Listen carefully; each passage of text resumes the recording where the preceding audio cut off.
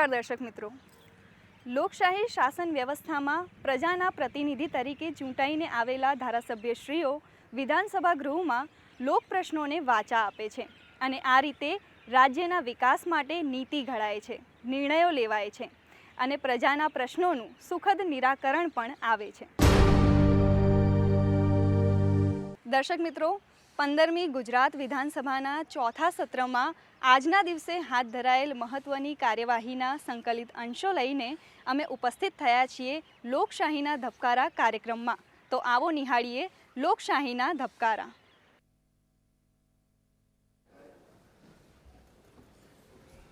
Order order. માન્ય શ્રી પરસોત્તમભાઈ પરમાર। માનનીય અધ્યક્ષશ્રી, સુરેન્દ્રનગર જિલ્લામાં પશુ ચિકિત્સા અધિકારીઓની ખાલી જગ્યાઓ સામે કોઈ અન્ય વ્યવસ્થા કરેલ છે કે કેમ? જો હા, તો તાલુકાવાર કેટલી વ્યવસ્થા કરવામાં આવી છે? છેલ્લા 1 વર્ષમાં કેટલી તાલુકાવાર પશુ સારવાર આપવામાં આવી છે?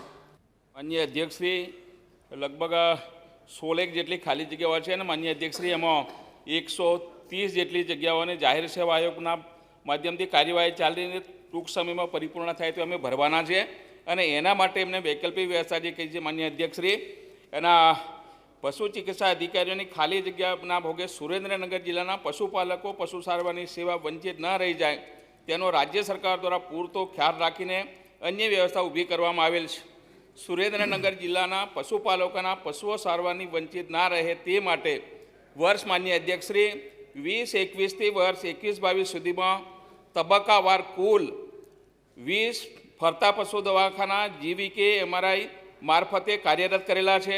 વધુમાં આ વર્ષ વધુ 9 ફરતા પશુ દવાખાના પણ આ ધોરણે કાર્યરત કરેલા છે। આમ હાલ સુરેન્દ્રનગર જિલ્લામાં કુલ 29 ફરતા પશુ દવાખાના કાર્યરત છે, જેમાં કુલ 29 પશુ ચિકિત્સા અધિકારી અને 29 ડ્રાઈવર કમ એટેન્ડર ફરજ બજાવી રહ્યા છે, એટલે કે 16 પશુ અધિકારીઓની ખાલી જગ્યાઓ સામે કુલ 29 ફરતા દવાખાના આપીને માનનીય અધ્યક્ષશ્રી અમે આ સેવાઓ આપી રહ્યા છે।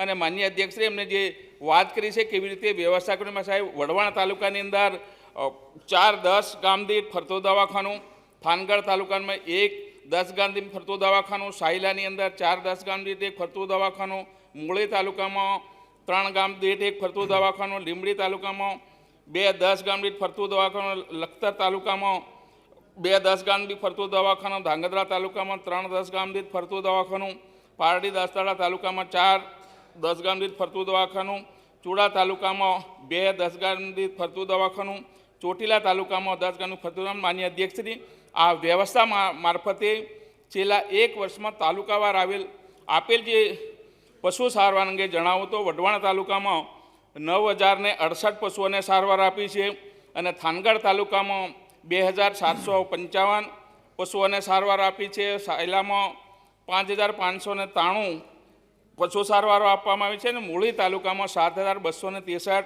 પશુ સારવાર આપવામાં આવી છે અને લીંબડી તાલુકામાં 2681 પશુ સારવાર કરી છે અને લખતર તાલુકામાં 1672 પશુ સારવાર કરવામાં આવી છે અને ધાંગધ્રા તાલુકામાં 7635 પશુ સારવાર કરવામાં આવી છે। પાટડી તાલુકાની અંદર 6040 પશુ સારવાર અને ચુડા તાલુકામાં 3389 પશુ સારવાર અને ચોટીલા તાલુકામાં 9541 પશુ સારવાર। આમ છેલ્લા 1 વર્ષમાં કુલ 55637 પશુઓને માનનીય અધ્યક્ષશ્રી સારવાર કરવામાં આવેલી છે। માન્ય અર્જુનભાઈ। માનનીય અધ્યક્ષશ્રી, સૌરાષ્ટ્રમાં અનેક વિસ્તારો એવા છે કે જે વાડી વિસ્તારોમાં ખેતરોમાં ખેડૂતો રહે છે અને એ 3-4 કિલોમીટર ગામથી દૂર હોય, તો આવા વિસ્તારો માટે ફરતા દવાખાનાની સંખ્યા વધારવા માગો છો કે કેમ? માનનીય અધ્યક્ષશ્રી, પશુઓની સારવાર માટે 10 ગામ દીઠ 1 ફરતું દવાખાનું કરવાની સમગ્ર ગુજરાતમાં અમે વ્યવસ્થા કરી છે અને આ વર્ષે ભારત સરકારે પણ 127 વધારાના પણ આપ્યા છે, નવા પણ આ વર્ષે 250 કરવાના છે અને એની પણ આ વર્ષે બજેટમાં જોગવાઈ કરીને સમગ્ર ગુજરાતના તમામ પશુઓને એની સારવાર મળે એના માટે અમારે રાજ્ય સરકાર માન્ય અધ્યક્ષશ્રી પ્રયત્ન કરી દઈશું। માન્ય શ્રી જયંતિભાઈ રાઠવા। માન્ય અધ્યક્ષશ્રી, છોટાઉદેપુર જિલ્લામાં સંકલિત ડેરી વિકાસ યોજનાનું અમલીકરણ કયા વર્ષથી શરૂ કરવામાં આવ્યું અને આ યોજનાનો હેતુ શું છે તથા લાભાર્થીઓને શું લાભ થાય છે અને તેના શું સારા પરિણામ જોવા મળ્યા છે? માન્ય અધ્યક્ષશ્રી। માન્ય અધ્યક્ષશ્રી, સંકલિત ડેરી વિકાસ યોજનાનું અમલીકરણ વર્ષ 2007થી 8માં શરૂ કરવામાં આવ્યું. યોજનાનો હેતુ આદિજાતિ પશુપાલન વ્યવસાયમાં જોડાયેલા મહત્ત્વની કડીરૂપ મહિલાઓને રોજગારી આપી તેમને પગભર કરવાનો છે. તેમજ આદિજાતિ વિસ્તારમાં પશુપાલન વ્યવસાયનો વિકાસ કરવો, નબળા પશુઓની જગ્યાએ જાતવાન પશુઓનો વ્યાપક વધારવો, પશુપાલન વ્યવસાય માટે જરૂરી મૂળભૂત માળખું ઊભું કરી આદિજાતિ પરિવારની આવકમાં વધારો કરી તેઓને પરિવારનું જીવન ધોરણ ઊંચો લાવવું તે આ યોજનાનો મુખ્ય હેતુ છે. આ યોજનાનો લાભ લેનાર લાભાર્થીને સારા જાતવાન દુધાળા પશુ થકી દૂધ ઉત્પાદનમાં વધારો થાય અને પરિણામે આવકમાં વધારો થાય એવું અમારું આયોજન છે. માન્ય શ્રી બિમલભાઈ ચુડાસમા. માનનીય અધ્યક્ષશ્રી, આંબાના જે વાવેતર કરતા હોય છે તેને પાક વીમામાં સમાવેશ કરવા માગો છો કે કેમ? માન્ય અધ્યક્ષ, સામાન્ય રીતે પાક વીમા યોજના પાક ઉત્પાદનના અખતરાઓને આધારિત અથવા તો હવામાન આધારિત અમલમાં હોય છે. બગાયતી પાકોમાં ઋતુ આધારિત ઉત્પાદન લેવામાં આવે છે. તેના કારણે નુકસાની તેમજ પાક ઉત્પાદન અંદાજવામાં ચોકસાઈ રહેતી નથી. હવામાન બદલાવાની વિવિધ બાગાયતી પાકોની વિવિધ જાતો ઉપર અનેકવિધ ઉત્પાદન વ્યવસ્થાઓ પર અલગ અલગ અસર જોવા મળે છે અને બગાયતી પાકોમાં અલગ અલગ સમયે અને અનેક ઋતુ મુજબ ફળ ફૂલ આવતા હોવાની હવામાનના બદલાતા કારણે જે તે સમયે અને ઋતુ પ્રમાણે ઉત્પાદનમાં કેટલું નુકસાન થાય છે તે સચોટ રીતે નક્કી કરવું મુશ્કેલભર્યું છે.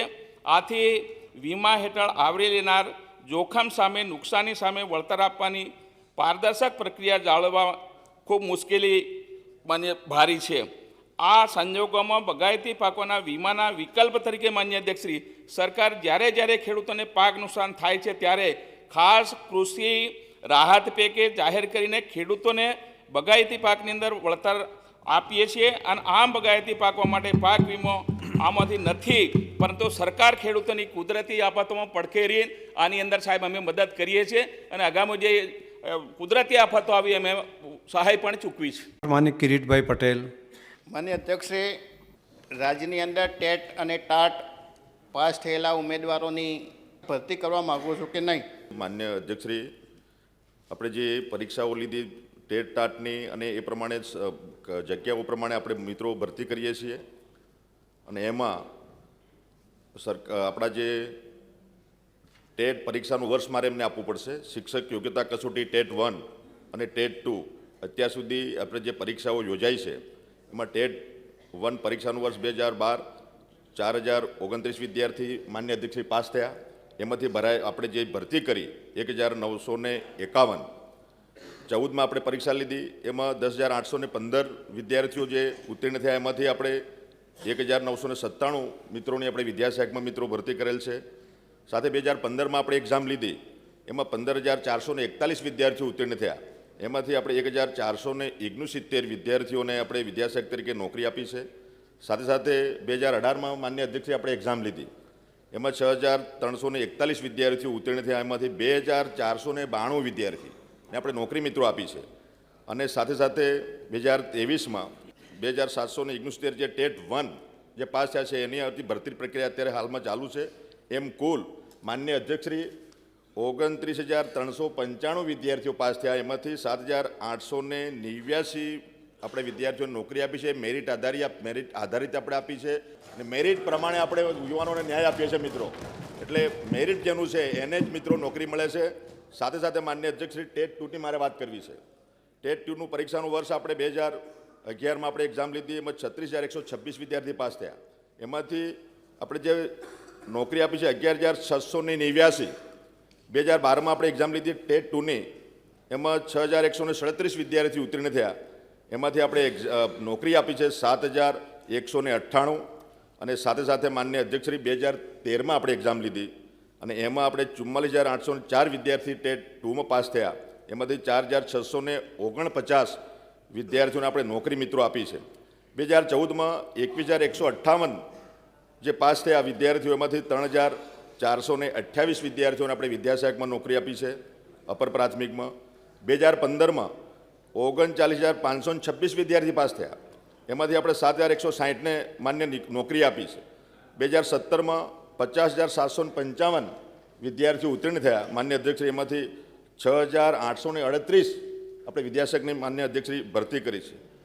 કિરીટબેનનો જે પ્રશ્ન જે છે, હવે 2023માં જે એક્ઝામ લીધી એમાં એમને મુદ્દો ઉપસ્થિત કર્યો છે. એમાં આપણે 37,450 આપણે ટેટ 2માં એક્ઝામ લીધી. એમાંથી માન્ય અધ્યક્ષશ્રી આપણે જે વિદ્યાર્થીઓના વિશાળ હિતમાં, શિક્ષણના હિતમાં આપણે કરાર આધારિત આપણે જે જ્ઞાન સહાયકની જે ભરતી કરી છે માન્ય અધ્યક્ષશ્રી, એમાં 37,450 વિદ્યાર્થીઓ ઉત્તીર્ણ થયા. એમાંથી 12,710 આપણે જ્ઞાન સહાયક તરીકે એમને નિમણૂક માન્ય અધ્યક્ષશ્રી આપી છે. એમ કુલ મળીને 50,912 આપણે વિદ્યાસહાયકની ભરતી કરી છે જે ટેટ ટાટ પાસ થયેલા એમાંથી, અને પ્લસ 12,710 જ્ઞાન સહાયકની માન્ય અધ્યક્ષશ્રી ભરતી કરી છે.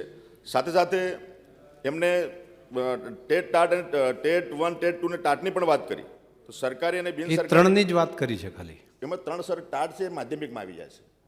એટલે હા બરાબર છે. 2 ટેટ 1, ટેટ 2 અને ટાટ, આ ત્રણની જ વાત કરી છે. 3માં ટાટની આ ત્રીજો નંબર જે ટાટની વાત કરી છે. સરકારી અને બિન સરકારી અનુદાનિત પ્રાથમિક અને ઉત્તર માધ્યમિક શાળાઓમાં થયેલ શિક્ષકોની ભરતીમાં આ જે ટાટ જે પાસ થયેલી જે છે એમાં 2013માં આપણે 1,129 ભરતી કરીને જ વાત કરું સર.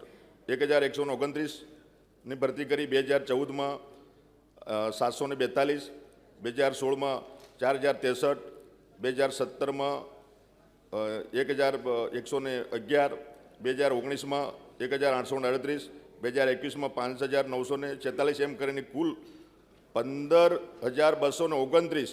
આમ વર્ષ 2013થી વર્ષ 2021 સુધીમાં ટાટ પાસ કુલ 15,229 ઉમેદવારોની ભરતી કરવામાં આવેલ છે. માન્ય ત્રિકમભાઈ છાંકા. માન્ય અધ્યક્ષશ્રી, શિક્ષક યોગ્યતા કસોટી ટેટ 1 અને ટેટ 2 અત્યાર સુધી કેટલી વાર એનું આયોજન થયું છે અને એમાં કુલ કેટલી ભરતી કરવામાં આવી છે? આંકડો જ પૂછ્યો છે. માન્ય અધ્યક્ષશ્રી. કેટલીક વખત ભરતી કરી અને કેટલા લોકોની ભરતી કરી? હા સર, આજે આપી દઉં સર. ટેટમાં અને ટાટમાં બંનેમાં. માન્ય અધ્યક્ષશ્રી, સભ્યશ્રી જે પ્રશ્ન પૂછ્યો છે એમાં કુલ ટેટ 1માં 39,395 વિદ્યાર્થીઓ 2012થી જે 23 સુધીમાં જે પાસ થયા હતા, એમાંથી આપણે 7,889 યુવાનોને આપણે વિદ્યાસહાયક તરીકે મિત્રો ભરતી કરી છે. સાથે સાથે ટેટ 2માં 2011થી આપણે 13 સુધીમાં જે આપણે ભરતી કરી છે એમાં 50,912 વિદ્યાસહાયકમાં, અને 2023માં જે ટેટ ટાટ જે પાસ થયા છે એમને આપણે જે જ્ઞાન સહાયક તરીકે જે ભરતી કરી છે 12,710. માન્ય અર્જુનભાઈ. માન્ય અધ્યક્ષશ્રી, જ્ઞાન સહાયક છે એને કાયમી કરવા માગો છો કે કેમ? અને બીજો પ્રશ્ન એ છે કે જ્ઞાન સહાયક પહેલાં પ્રવાસી શિક્ષકો આપવાની જોગવાઈ હતી. મારે ત્યાં Mahatma Gandhi English medium school છે, એમાં 28 પ્રવાસી શિક્ષકો કામ કરતા હતા. જ્ઞાન સહાયક આપ્યા એટલે એ 28ને છૂટા કરવામાં આવ્યા, પણ જ્ઞાન સહાયક માત્ર એક જ મળ્યો. 27 જગ્યા એક જ સ્કૂલમાં ખાલી પડી. તો આજે બીજી જગ્યાએથી લઈ આવીને વ્યવસ્થા કરીને ચલાવવી પડે છે. એને કારણે આ જે સરકારી સ્કૂલો છે એની સંખ્યા પણ ઘટે છે. શું કરવું જરા બોલો. તો મારી માનની મંત્રીશ્રીનો પ્રશ્ન એટલો છે કે જ્યાં સુધી આ ક્યાં તો જ્ઞાન સહાયક આપો આ સ્કૂલમાં, અને જ્ઞાન સહાયક ન મળે તો જે જૂના પ્રવાસી શિક્ષકોને ચાલુ રાખવા માગો છો કે કેમ? માન્ય અધ્યક્ષશ્રી, સન્માનીય સભ્યશ્રી જે સજેશન કર્યું છે, સૂચનનો જે ચિંતા છે એ આપણા બધાની છે. એમાં જૂની પ્રવાસી યોજના જે માન્ય અધ્યક્ષશ્રી જે હતી એ આપણે જિલ્લા કક્ષાની એસએમસી અને મંડળોને આપેલી હતી. એમાં માત્ર BA થયેલો વિદ્યાર્થી એ લઈને એ શિક્ષણની સેવા લઈ શકતા હતા. પણ આપણે નવી NEP પ્રમાણે જે ટેલેન્ટેડ અને એજ્યુકેટેડ ટીચર મળે એના માટે આપણે દ્વિસ્તરીય એક્ઝામ લઈને આપણે જ્ઞાન સહાયક આપીએ છીએ, એટલે તાલીમી શિક્ષક મળે. આપણો હેતુ આ છે. એટલે એના માટે એમની જે વાત સાચી છે કે જે પ્રવાસી શિક્ષકોની પોલિસી આ જ્ઞાન સહાયક ભરતી કરવાથી બંધ થઈ છે, પણ એ પ્રક્રિયા ચાલુ છે. અમે જે જ્ઞાન સહાયક જ્યાં જ્યાં ખાલી જગ્યા છે ત્યાં અત્યારે આપનારો પ્રોસેસ પ્રગતિ ચાલુ છે. એટલે એ ઇંગ્લિશ મીડિયમનો જે પ્રશ્ન ઊભો થયેલો છે એ પણ અમે આપીશું. અને સાથે સાથે માન્ય અધ્યક્ષશ્રી, ત્યાં વૈકલ્પિક વ્યવસ્થા આપણે જિલ્લા પ્રાથમિક શિક્ષણ દ્વારા કરવામાં આવી છે. આપે પણ અમને રજૂઆત કરી હતી બહારથી, એટલે વૈકલ્પિક વ્યવસ્થા અત્યારે વિદ્યાર્થીના હિતમાં કરી છે. માન્ય અધ્યક્ષશ્રી, આવનારા સમયમાં એ જે વૈકલ્પિક વ્યવસ્થા પૂર્ણ કરીને નવેસરથી જ્ઞાન સહાયક જે છે એમને આપીશું. અને વિશેષમાં આ જૂની પ્રવાસી યોજના અંતર્ગત શિક્ષકોને જે પગાર આપવામાં આવતો એમાં જ્ઞાન સહાયકમાં સાહેબ આપણે 21,000 આપીએ છીએ પ્રાઇમરીમાં, માધ્યમિકમાં 24,000 આપીએ છીએ અને 26,000 આપીએ છીએ ઉત્તર માધ્યમિક. માન્ય મહેશભાઈ. માન્ય અધ્યક્ષશ્રી, 31/12/2023ની સ્થિતિએ દાહોદ જિલ્લામાં ટેટ અને ટાટ પાસ કેટલા શિક્ષકોની જગ્યાઓ ભરાયેલ છે અને કેટલી ખાલી છે? ખાલી ભરવા માટે સરકારશ્રીનું શું આયોજન છે? આપની પાસે વિગત હોય તો. અને અધ્યક્ષશ્રી, આ દાહોદ જિલ્લા પૂરતો અમને પ્રશ્ન પૂછ્યો, મારી પાસે માહિતી તો છે બધા 33 જિલ્લાની, એટલે એમને હું પહોંચાડીશ અને જે ખૂટતી કડી જે જિલ્લાઓમાં છે એ અમે પૂર્ણ આવનારા સમયમાં. મહેશભાઈ, તમને આજે જ પહોંચાડી દેશે. સચિવને પણ સૂચના આપું છું કે આજે જ માન્ય સભ્યશ્રીને પહોંચાડી દે માહિતી. માન્ય શ્રી દિનેશજી ઠાકર.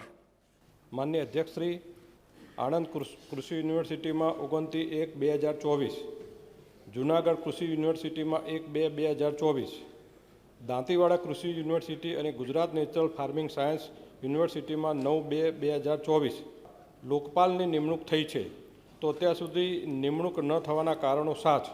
માન્ય અધ્યક્ષશ્રી, જૂનાગઢ કૃષિ યુનિવર્સિટીએ તારીખ 1/2/2024ના રોજ લોકપાલની નિયુક્તિ કરેલી અને માન્ય અધ્યક્ષશ્રી તારીખ 2/2/2024ના રોજ યુજીસીને ઈમેલથી જાણ કરવામાં આવેલી. આણંદ કૃષિ યુનિવર્સિટીને તારીખ 25/1/2024ના રોજ લોકપાલની નિયુક્તિ કરી અને તારીખ 12/2/2024ના રોજ યુજીસીને ઈમેલથી જાણ કરી. દાંતીવાડા કૃષિ યુનિવર્સિટીને તારીખ 8/2/2024ના રોજ લોકપાલની નિમણૂક કરી અને તારીખ 8/2/2024ના રોજ યુજીસીને ઈમેલથી જાણ કરી. તેમજ ગુજરાત નેશનલ ફાર્મિંગ સાયન્સ યુનિવર્સિટીએ તારીખ 9/2/2024ના રોજ લોકપાલની નિયુક્તિ કરી અને તારીખ 21/2/2024ના રોજ યુજીસીને ઈમેલથી જાણ કરેલ હતી.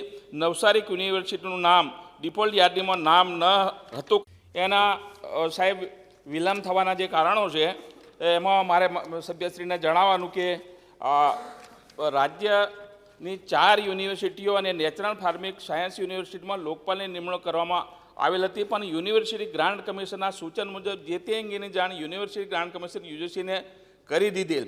આ ગૃહને જણાવતો કૃષિ યુનિવર્સિટીને ડિફોલ્ટ થવાની નાણાકીય કોઈ નુકસાન થતું નથી, કારણ કે કૃષિ યુનિવર્સિટીઓએ યુનિવર્સિટી ગ્રાન્ટ કમિશન યુજીસી તથા કોઈ સીધી સહાય મળતી નથી.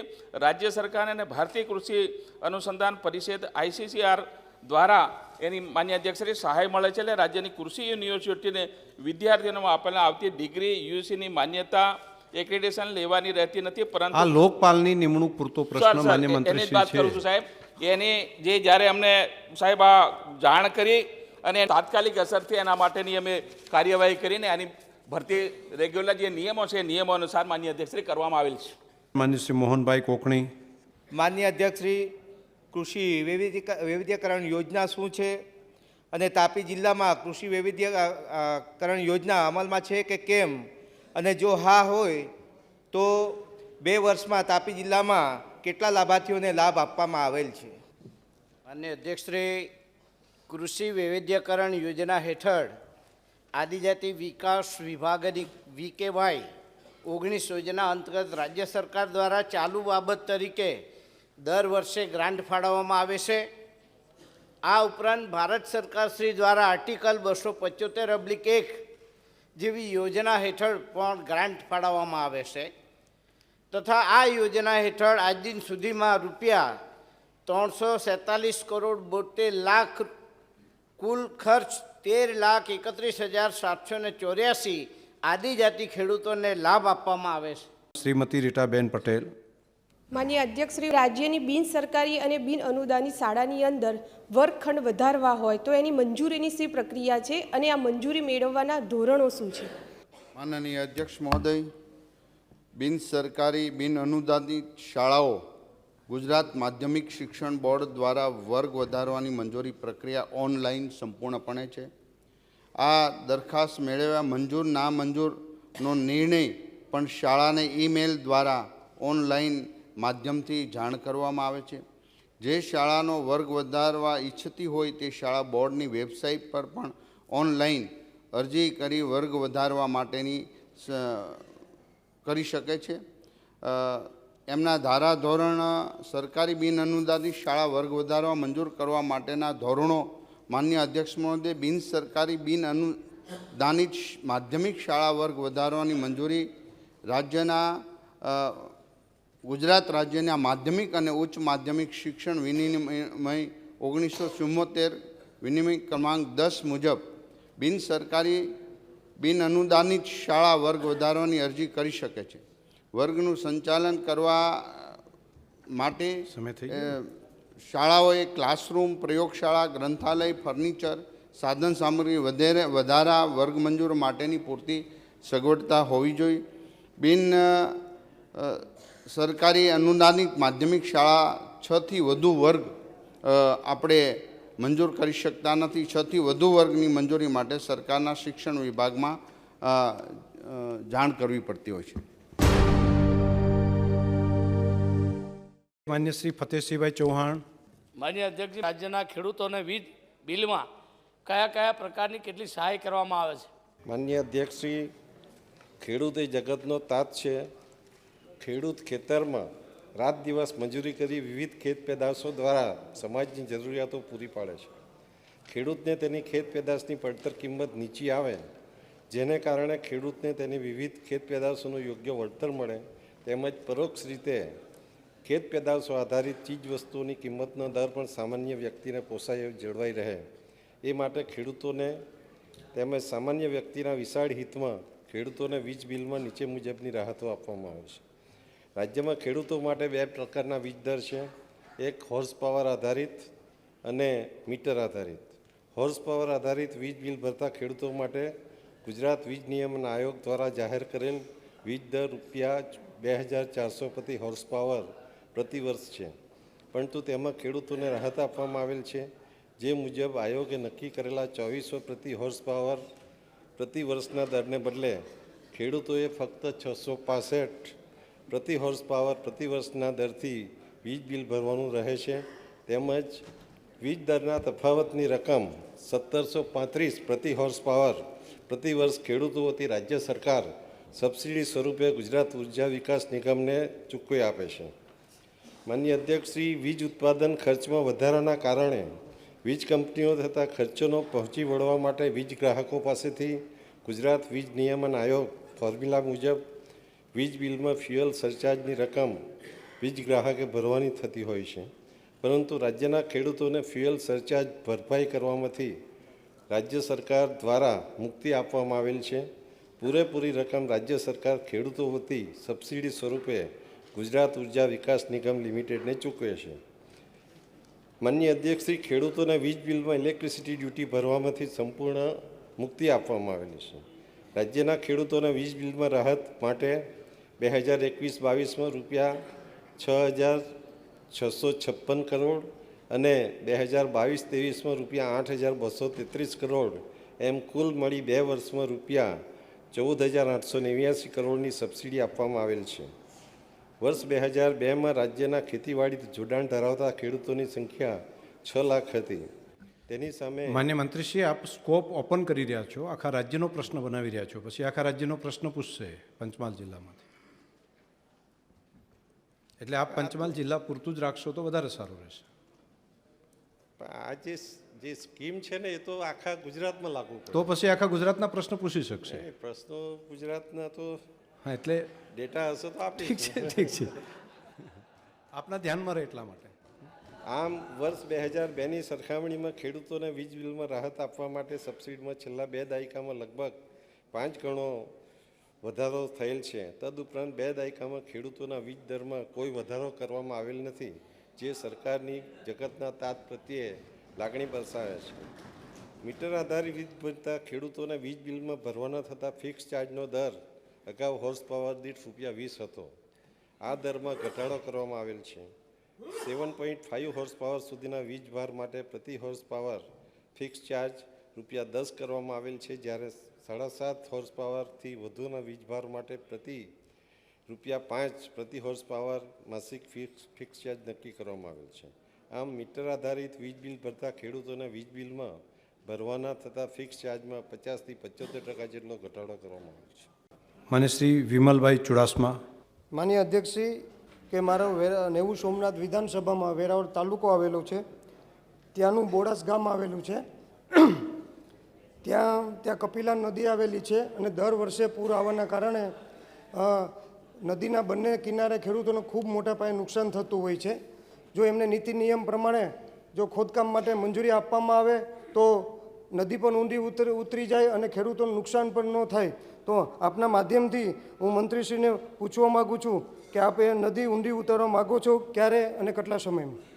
માનનીય અધ્યક્ષશ્રી, મારા સભ્યશ્રીએ ખૂબ ચિંતા કરી છે અને અમે તપાસ કરતા આ જે કપિલા નદી છે વર્ષોથી માનનીય અધ્યક્ષશ્રી સાહેબ હજુ ઊંડી થઈ નથી અને એમનો જે પ્રશ્ન છે ખૂબ વ્યાજબી પ્રશ્ન છે. એના માટે માનનીય અધ્યક્ષશ્રી આ નદીની એમ લંબાઈ જોઈએ તો 1089 મીટરની લંબાઈ છે અને 1 મીટર જેટલી ઊંડી કરવાની એમની દરખાસ્ત માનનીય જિલ્લા પંચાયતના પ્રમુખ તરફથી આવી હતી. ત્યારે લેટરની અંદર એવું હતું કે અમને કંપની CSR ફંડમાંથી બનાવી આપશે, પણ અમે થોડું ટેકનિકલ પ્રોબ્લેમના કારણે કોઈ કંપનીએ લેટર ના આપ્યો હતો.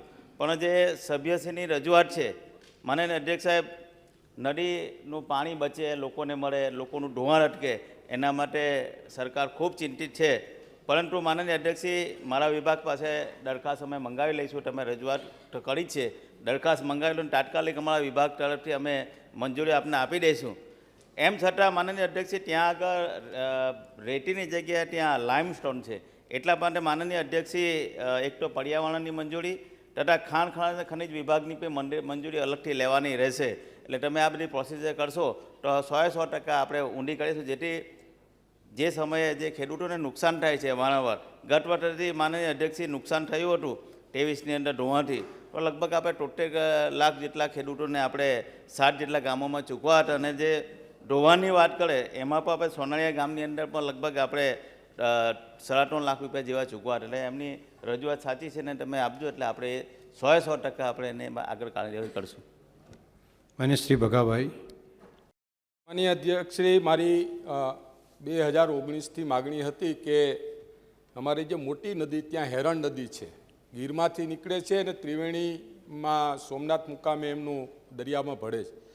માનનીય અધ્યક્ષશ્રી, 11.5 કિલોમીટર નદી ઊંડી ઉતારવા માટેનું વિભાગે તો મંજૂરી આપી દીધી હતી, પણ મુખ્યમંત્રીશ્રીના વિભાગે પણ મંજૂરી આપી દીધી છે ને આ વર્ષમાં વહેલી તકે જો કામ ચાલુ થાય એ મારી માગણી છે, એટલે હું અભિનંદન સરકારને આપું છું. તો તમારે તો પેલી 1 કિલોમીટરની એમની માગણી હતી ને તમારે તો 11 કિલોમીટરની થઈ ગઈ એમ મંજૂર? 11.5 કિલોમીટરની જે રજૂઆત 25/4/18ની હતી, અમે 27/8/2019માં સરટી મંજૂરી તો આપી દીધી હતી, પરંતુ જળ સંપત્તિ વિભાગ, પર્યાવરણ વિભાગ અને ખાણ ખનિજ વિભાગ એની મંજૂરી લાવે તો એ નદી પણ આપણે કરી દઈશું. એટલે થોડું તમે મને કહેજો, આપણે ફોલોઅપ લઈને પૂરું કરી દઈશું. માન્ય ભગવાનજીભાઈ. માન્ય અધ્યક્ષ, મારા વિસ્તારમાં પણ આવી આડમોનવાળી 3 નદીઓ આવેલી છે અને સોમનાથ અને જુનાગઢ જિલ્લો એક જ છે. એટલે જો એ નદીને ઊંડી કરવામાં આવે ને તો ફેક્ટરીવાળા પથ્થર એમને લઈ જાય, સરકારને મફતમાં થઈ જાય અને રોયલ્ટીની આવક થાય. એટલે એની મંજૂરી ખનિજવાળાએ મંજૂરી લઈ અને વહેલામાં વહેલી મંજૂરી આપે તો સરકારને ખૂબ મોટી આવક થાય એવું છે. અંદર 3 વિભાગો સંકળાયેલા છે, એટલે તમે આપજો.